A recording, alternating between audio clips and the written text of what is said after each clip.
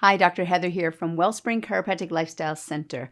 Today we're talking about vertigo and exercises you can do at home that can help you to alleviate vertigo.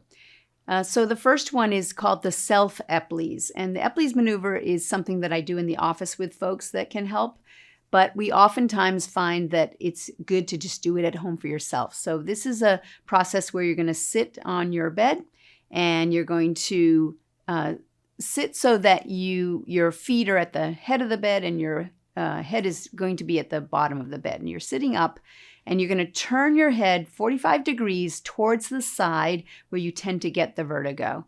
And then you're going to flop your body back down onto the bed, keeping the head turned that 45 degrees. Once the vertigo subsides, once you've done that, after maybe 30 seconds or so, then you're going to turn your head 90 degrees in the other direction and just, again, rest there for another 30 seconds or until the vertigo subsides. And then you're going to turn so that you are face down on your side with the face heading towards the bed, again with the head turned, and again resting for 30 seconds. And then you're going to move into the prone position where you're going to continue to lie face down for 30 seconds. And that's the 𝒨𝒚𝒔 maneuver. Now there's another exercise that is called the Lempert's roll or the Lempert's barbecue roll. And I think you'll see in a minute why it's called the BBQ. And so this is one where you're going to lay down on your back, starting that way, and then you're going to quickly turn your face to the left side if that's the side that triggers the vertigo. Then you're going to just rest there for 30 seconds or until the vertigo subsides. And then you're going to turn onto your side, again, with your head turned that way. Wait for 30 seconds until it subsides, and then you're going to turn onto your belly again. And this time the head can be just facing center, and you're just going to rest there for 30 seconds. And then you're going to turn onto the opposite side, continuing that roll right the way around. Again, waiting for 30 seconds, and then finally you can sit yourself up. That is the Lempert barbecue roll. Then the next test is something called the Brandt-Daroff test.